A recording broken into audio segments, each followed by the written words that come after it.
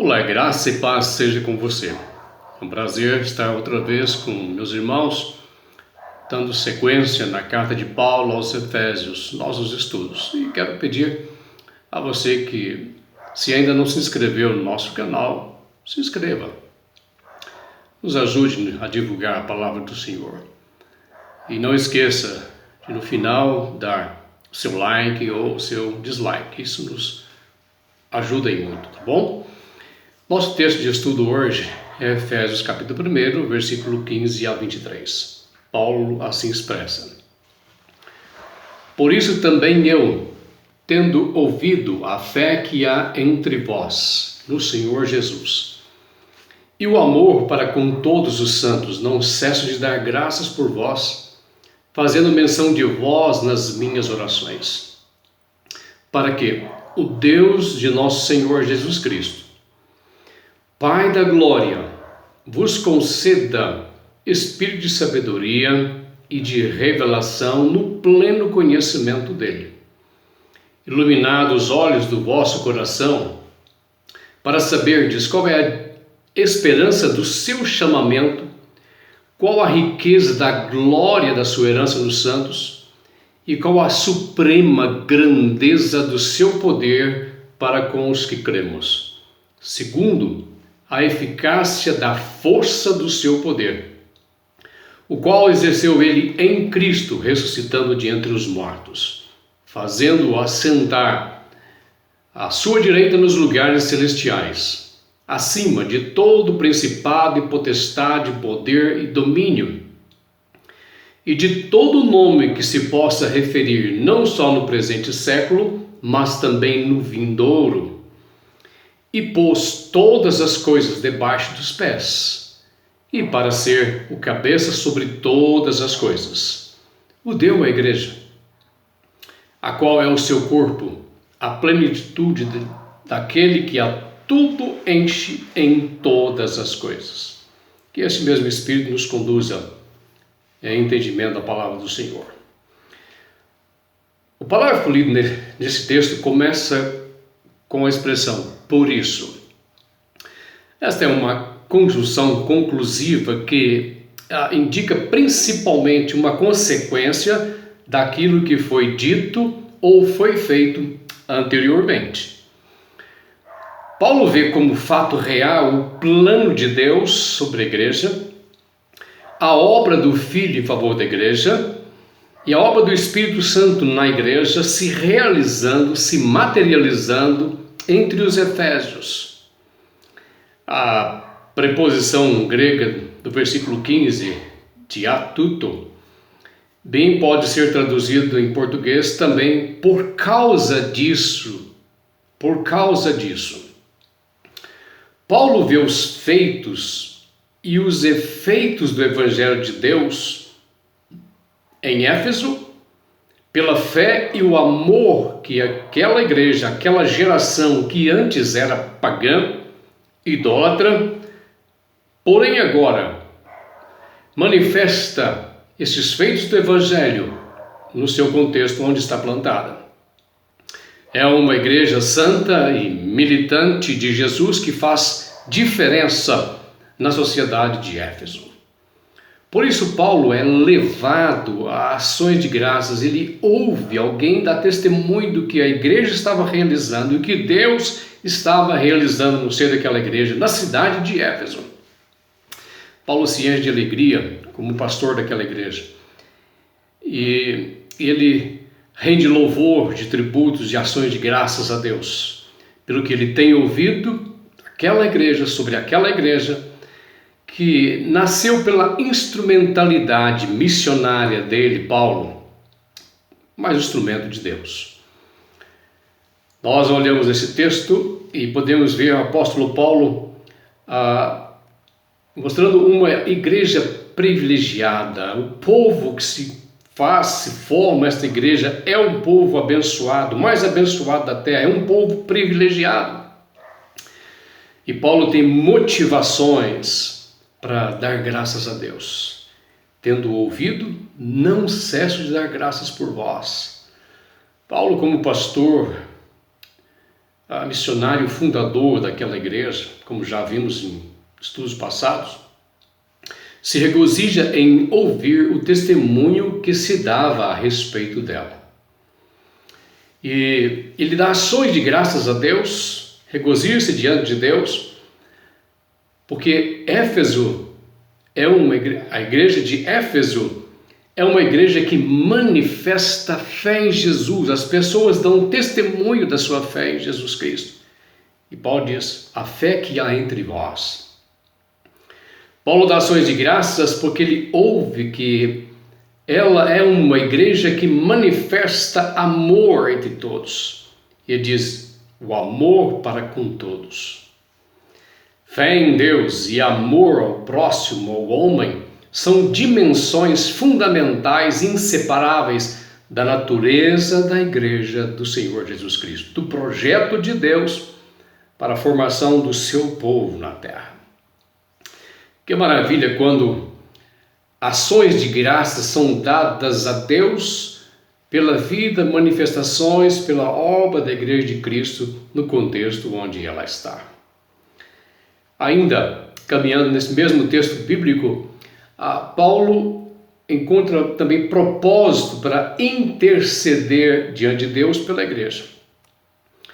Primeiro, ele dá ações de graças a Deus pelo que Deus tem realizado através da igreja, pelo que ele ouve. E agora Paulo intercede diante desse mesmo Deus, este Pai da glória, por algumas coisas que quero considerar com você aqui agora. Havia muitas coisas que a igreja devesse descobrir e desfrutar, que a igreja devesse degustar. E por isso Paulo ora e intercede com propósitos espirituais. Agora a oração de Paulo tem propósitos específicos, que são propósitos espirituais. Ele não está pedindo bênçãos materiais, mas ele está a conclamar o poder de Deus, do Espírito Santo de Deus sobre a igreja, para que as verdadeiras riquezas que a igreja tem pudesse ser usufruída por ela.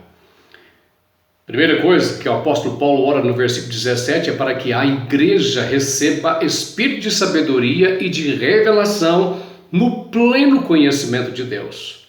Esta é uma boa causa de orar. Senhor, conceda espírito de sabedoria e de revelação no pleno conhecimento do Senhor à igreja. E essa concessão é dada pelo próprio Deus da glória, que conheçam o Deus que eles têm, pleno conhecimento de Deus. E é interessante observarmos nas Escrituras Sagradas, pela teologia bíblica, que o que Paulo está pedindo é o próprio Espírito Santo que o faz, e o que o próprio Espírito Santo é. Quando nós olhamos, por exemplo, Isaías 11, versículo 2, quando fala do nascimento de Jesus, da vinda da raiz de Jessé, ele diz o seguinte, repousará sobre ele, sobre Jesus, a raiz de Jessé, repousará sobre ele o espírito de sabedoria e entendimento, o espírito de conselho e de fortaleza, o espírito de conhecimento e de temor do Senhor. Isso é o próprio Espírito Santo. Então Paulo está pedindo que essas virtudes próprias do Espírito Santo estejam presentes no viver diário da igreja, mas que a igreja tivesse pleno conhecimento e convicção disso. Que privilégio tem aquele que conhece de fato Deus que ele adora, o seu Deus. Que privilégio tem o cristão em conhecer Deus em Cristo pelo Espírito. O ateu afirma que não há Deus a ser conhecido. O agnóstico afirma que se há um Deus, não há como conhecê-lo e também não tem interesse em conhecê-lo. Mas o cristão, por meio de Cristo, tem um Deus que se dá a conhecer, que se revela por meio de Cristo, que se manifesta, se revela, se dá a conhecer por meio do seu Espírito Santo, através das Escrituras Sagradas. E com este Deus se relaciona. Que privilégio ser igreja do Senhor Jesus Cristo. Lembrando de que próprio Paulo disse, vai dizer um pouco mais à frente de que antes eles não eram assim, nem tinham esse privilégio. Como também diz que toda a raça humana era assim. Romanos, por exemplo, capítulo 1, versículo 21, Paulo diz que os homens perversos, tendo conhecimento de Deus, não o glorificaram como Deus, nem lhe deram graças. Antes tornaram-se nulos em seus raciocínios, obscurecendo-se-lhes o coração insensato. Mas Paulo aqui está dizendo que o Espírito Santo, uma vez que ilumina os olhos no coração dessas pessoas, aquele que tem o Espírito de Deus tem os olhos do seu coração iluminado. E isso é a chave para o entendimento e o conhecimento da plenitude realmente de Deus, do pleno conhecimento de Deus. Propósito da oração do apóstolo Paulo pela igreja, versículos 18 e 19, encontramos uma sequência de coisas maravilhosas que devemos aprender com Paulo a pedir a Deus também para a nossa igreja, para a sua igreja, para a sua vida, para a minha vida. Segunda coisa, diz que ela seja iluminada e ciente da esperança do seu chamamento. Antes de Cristo, eles não tinham esperança, estavam sem Deus no mundo.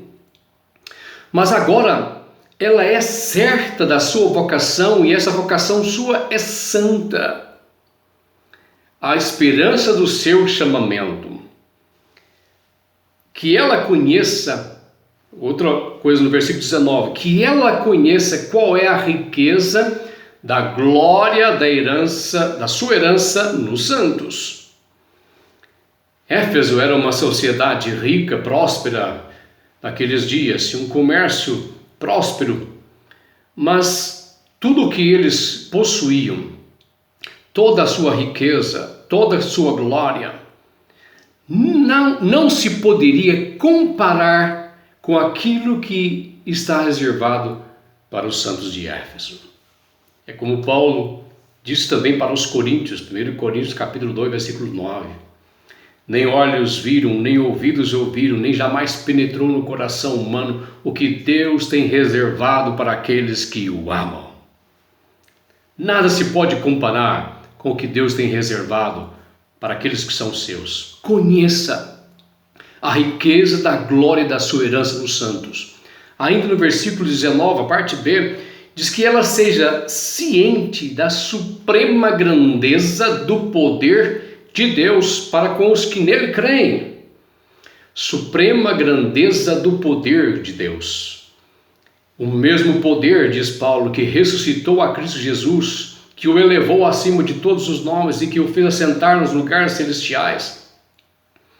Este mesmo poder que ressuscitou Jesus Cristo também opera em nós e é por nós e está em nós. Que a igreja seja ciente de que ela é corpo de Cristo. Ela está unida a Cristo espiritualmente. Cristo é o seu cabeça, a igreja é o seu corpo, a plenitude de Cristo que a tudo enche. Ele é o seu cabeça e ela é o seu corpo. E eles são inseparáveis. Unidade espiritual. Continuando no texto bíblico, nós encontramos aplicações práticas para você e para mim. Primeira coisa que nós encontramos neste texto. Que sensibilidade do apóstolo Paulo como pastor daquela igreja. Que sensibilidade. Dá graças a Deus pelas manifestações daquela igreja em seu contexto histórico. Dá graças a Deus por ver o plano de Deus sendo exercido, executado nos seus dias naquela igreja, através de que ele foi instrumento de Deus. Dá alegria de ver o agir de Deus na sociedade em que ele está. Muito pode a igreja de Jesus Cristo na sociedade em que ela está plantada, na cidade em que ela está plantada. Muito pode a sua igreja no lugar onde ela está. Isso tem sido de fato real em nossas orações, quando oramos pela igreja onde nós congregamos. Que bom se nós pudermos olhar para os céus e dizer: Senhor, graças a Deus eu te dou pela fé e o amor que são manifestos nessa igreja onde eu congrego. Paulo não está pedindo algo que a igreja não tenha, mas Paulo está pedindo que Deus possa dar ciência à igreja, de que ela torne ciente de fato, convicta daquilo que ela já tem em Cristo Jesus. Que por meio de Cristo ela já tem de Deus esperança, mais herança, mais poder e ser corpo de Cristo. Que pela iluminação do Espírito ela seja ciente dessas coisas. Porque isso faz toda a diferença no seu viver cristão. De tomar posse de tudo isso e fazer uso dinâmico em seu viver. E que não viva mediocremente. Meus amados, quantas vezes o nosso cristianismo que nós vivemos é um cristianismo medíocre. Uma igreja que fica plantada em uma cidade por quase 100 anos e parece que ela não faz diferença no seu contexto. E às vezes hoje, nos nossos dias, a igreja que faz diferença, ela é notada pelos escândalos que ela tem feito e não pelo evangelho que ela tem vivido. Pastores, líderes, igrejas que envergonham a nossa sociedade, mas Paulo não. Paulo dá graças a Deus por aquela igreja, e é isso que nós queremos. Que em nosso tempo nós tenhamos um avivamento da igreja de tal forma que ela possa exercer sua missão e muitas ações de graça sejam dadas a Deus pelo agir da igreja do Senhor em nossos dias. Oh, louvado seja Deus por isso. A igreja deve entender que suficiência ela tem em seu Deus. A suficiência que ela tem em seu Cristo, que é o seu cabeça. Que a suficiência que ela tem no Espírito Santo que está nela, que é selo de Deus na igreja até o seu último dia, até o dia do Senhor Jesus Cristo. Ciência de todos esses fatos nos conduzem à coragem, à ousadia diante de uma sociedade paganizada, sem ser intimidados. Vivendo para a glória de Deus, vivendo o poder de Deus, vivendo o Evangelho de Deus, fazendo transformações na nossa sociedade pelo viver consciente do que nós temos e do que nós somos. Ela que foi chamada do mundo para ser de Deus, e ela já é de Deus ainda neste mundo. Por isso os seus valores e os seus padrões são mais altos do que os da nossa civilização de hoje. São mais elevados que todas as culturas do mundo. Ela que tem uma herança reservada por Deus nos céus, é desprendida dos valores materiais com que ela usa para glorificar a Deus. E os bens que ela tem, o poder, a riqueza que a igreja, o que o crente tem, é para glorificar e honrar a Deus e edificar a igreja e abençoar o seu próximo. Esta herança reservada por Deus nos céus, e ela tem poder para viver, anteviver e antegozar esta herança num viver vitorioso, aqui e agora. O poder de Deus que ressuscitou a Cristo garante isto na vida da igreja, na sua vida, na minha vida. Cristo é o cabeça da igreja, é vitorioso, foi vitorioso sobre a morte, sobre o pecado, sobre todo o principado, toda a potestade, todo o poder, sobre todo o domínio, e Deus exaltou acima de todo o nome, tanto do passado quanto do futuro.